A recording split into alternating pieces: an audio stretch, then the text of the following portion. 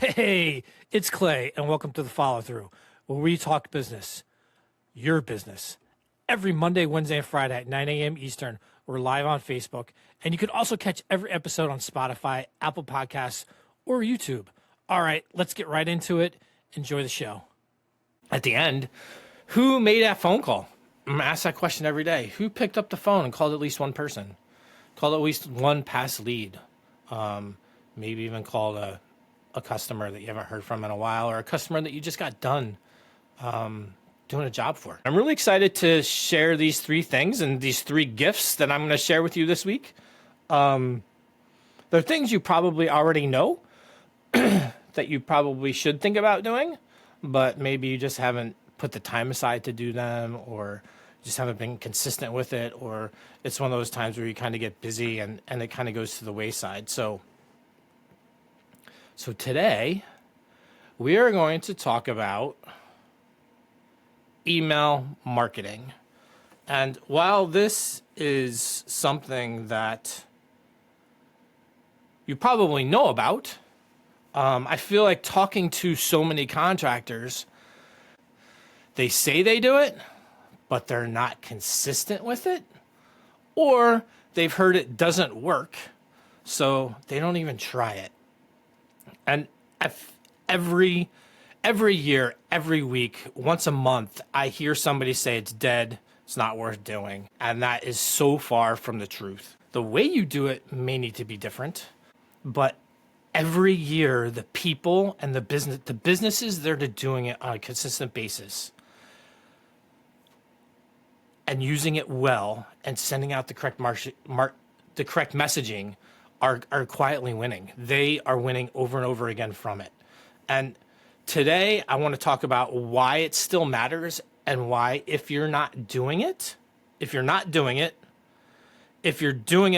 it consistently, or even if you're doing it and maybe you're only doing it every once in a while, you need to up that game. You need to do it more.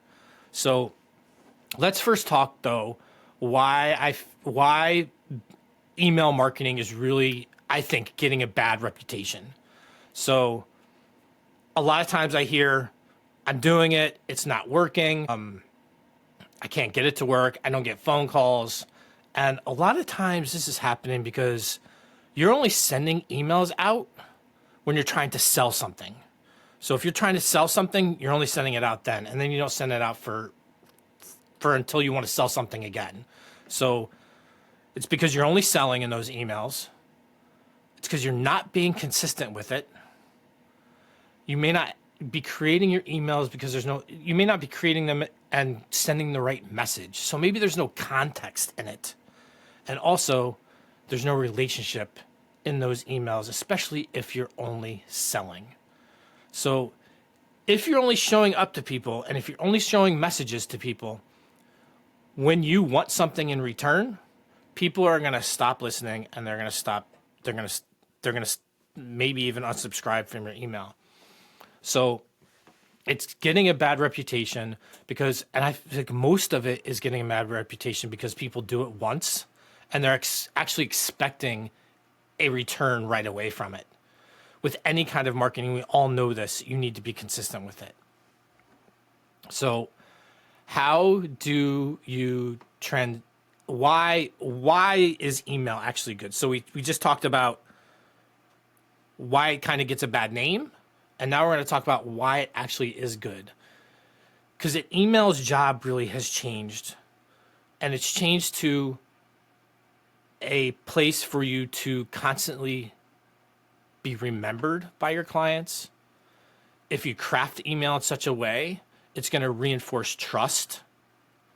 It's going to maintain your presence in their brain. So on a consistent basis, they're going to see your name pop up in their feed. And you want to own the attention. So you want to own it. And you're owning it by being consistent with it, showing up in their feed on a consistent basis, and providing information that they want to read or they want to get, and not selling. If you're constantly sending emails out to sell, you're not going to see a return on it. So think about it like this: that email is not a sales channel first. You need to flip the narrative and turn it into a relationship channel. So if you do that, you're going to see a difference in your email marketing and what it does for you. It's not a short game. And while you can send out information and create that relationship channel on a consistent basis, it's okay to sell every once in a while, but now you're showing up consistently over and over again, providing value, and then you're asking for the sale. So let's kind of talk about what this kind of looks like in real life and what kind of emails you want to start sending. So if you're not sending already, you should, and I would, start sending at least once a month.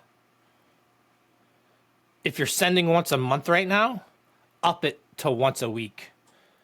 And what you want to start doing, and if you're, let's start with a simple monthly email at first. So if you haven't started, and we'll start with those that aren't doing any kind of email marketing yet, start with a monthly email and use it as a seasonal check-in, a short update about what's going on, like highlight a job you just did, or highlight a quote, or I mean, not a quote, but like a tip, like something that they can relate to and something that might spark their interest.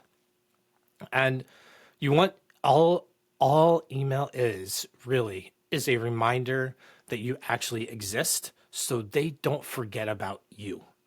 Because if you do a job for somebody and then you don't reach out to them and you don't market, or you don't communicate with them after that, chances are they're going to forget who did the job, unless your customer experience was through the roof amazing.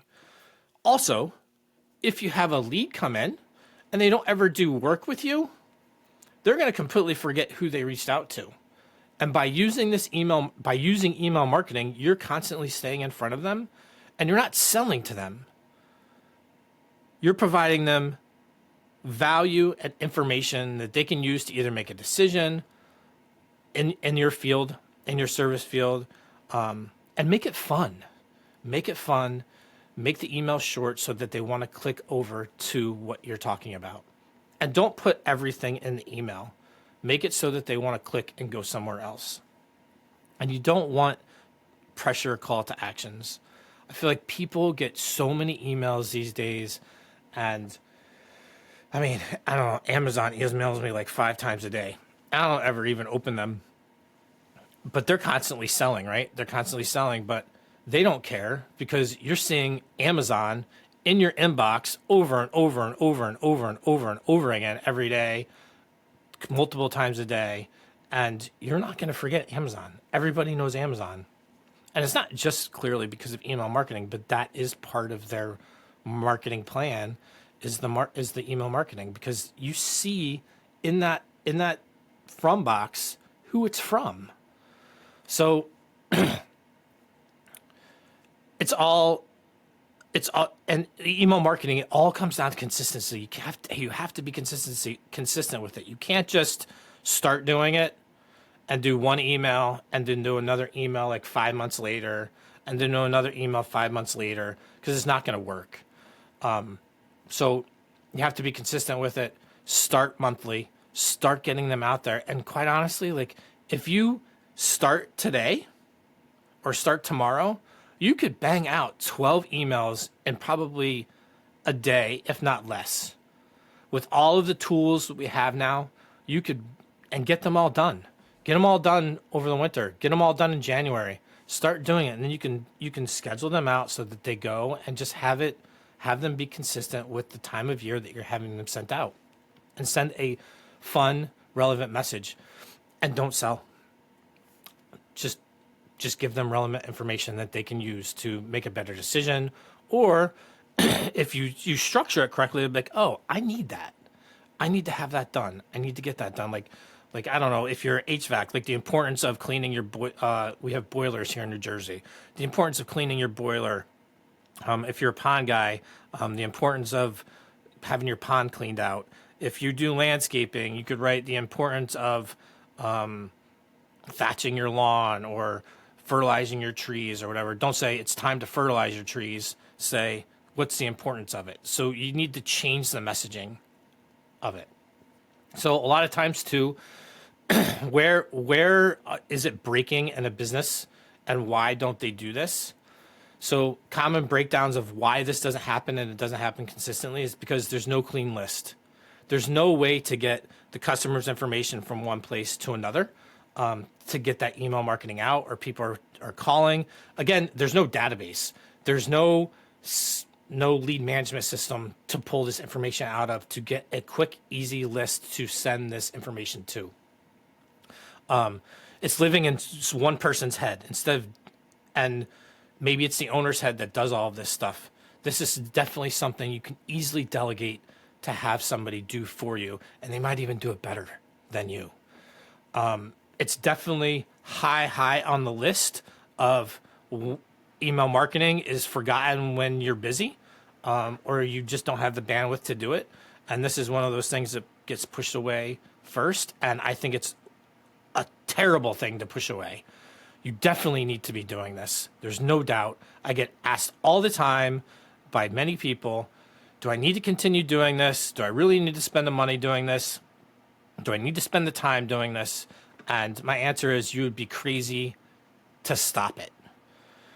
And if you're not doing it, you'd be crazy to not start it. And also, another thing is inconsistent tone. So if you inconsistent tone in your email marketing message, people are going to kind of drop off, and they're not going to open it as much. So if you're constantly selling, and then you give some value, they're going to stop opening your emails. They may even unsubscribe because you're not providing value to them. You're just telling them buy. Instead, you should be providing value, and then maybe an ask for a buy. And the ask, if you reword it again and change it to why this is a great time to do something, instead of sign up for this or you need to buy this, it's different, and it's all psychological. So again, your mental shift needs to change, and the way you think about email marketing needs to change. So it's not about campaigns. It's not about promotions.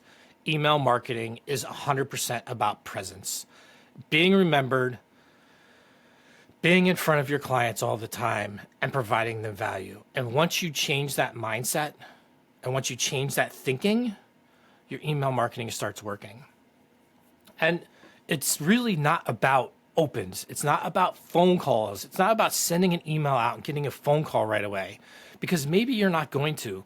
But so there's so many stories that I can tell about email marketing and how it brings customers back. A lead will reach out to you, and they may not do business with you today. Maybe they just didn't have the money. Maybe they weren't sure how much it cost. Maybe they weren't really sure if you were the right person, and they didn't find the right person. Your email marketing should send a message that you are the right person, and throw out trust signals and provide value to that client, so that they're getting it over and over again. They're constantly seeing you in their inbox. And when they're ready, they call you. So many times, a year after someone reaches out, 2 years, 3 years, maybe even, email marketing works. It may not work immediately like it used to, because people's email boxes are flooded, but people still see your name every day in their email box. So do it. Another quick thing. And because I think this is because email marketing does or has been starting to get a bad name, because email boxes are so flooded. Talking to many people, when a contact calls and you get their contact information, people aren't asking for their email on a consistent basis. That email, while in the past it was like the best thing to get from somebody because email marketing worked like immediately, consistently, now it's still gold. If you're not gathering that email from a client, or at least asking for it, you're doing you and your business a disservice, because that is an easy way to stay in front of your client. Always ask for an email. Now listen, if they're not going to give it to you, don't fight it, but at least ask. And I would say 90% of people are going to give you their email address, and now you have a way to remarket to them. And remarketing doesn't even just work for, it works for both leads, past customers, and existing clients. And you're providing value to every single one of those levels of your customers or potential customers. So, and like if a past customer, and you have a past customer and they forget about you, or they haven't done service with you in 3 or 4 years, and you're not email marketing or you're not communicating with them, they're going to totally forget about you. But a quick email might remind them, like, oh, I need to get that done. I need to have that done. And I can tell you, like, contractors and service industry contractors that have worked at my house, none of them are doing it. So a lot of times I really have a hard time remembering who I called. And by doing that email marketing and by being consistent in front of your clients, you're going to get repeat business over and over and over and over and over again. So with that, my gift to you, and my gift to you this week is to start email marketing if you're not. So if you're not doing it, start it. If you're only doing it once a month, start being consistent with it once a week. And if you're already doing it once a week, that's awesome. Maybe you took a little something away from this and you need to change your messaging. Change it to adding value. And again, if you're trying to sell a service or you're trying to sell something, reword it, reimagine it to being, hey, don't buy this, but this is a good time to, or why you should do A, B, or C. So take this for what it is. Start doing it in 2026. This is one of the things you definitely need to start doing, and start doing with consistency, because email is not dead, but being invisible is. And by not leveraging and using email, you're going to be invisible. So start small. Don't do it every week. Start once a month, maybe once a quarter if it is. Be consistent with it, and then start upping your game. So start small, be consistent in 2026 with your email marketing, and start today. So as I've always asked at the end, if you didn't do it on Friday, do it today. Make sure you look back and call one person. Call one person, see how everything's going. If it's a past customer, give them a ring. Say, hey, how's everything going with the project? If it's a lead, give them a call and see where they're at. It is close to the holidays, but just making that quick phone call and making it not about selling will really trigger people's brain. Like, wow, they're just calling to see what's up. And you never know where that conversation is going to land. So have a great day. I'll see you tomorrow, not tomorrow, Wednesday at 9 a.m. And I have gift number 2, something you should definitely start doing in 2026. And as I said before, these are going to go from a little, so I would say email is a little techie. And on Wednesday, it gets a little less techie. And on Friday, the one thing I think you should start doing in 2026 is not techie at all. And I think you're going to be shocked. So have a great day. Thanks a lot for joining me. Before you go, if you want to learn more about what we're all about, head on over to KairouCX.com. You can reach out to us there, or just dig in and learn more about how we can help businesses like yours at Kairou CX. Thanks for watching, and I'll see you next time on The Follow Through.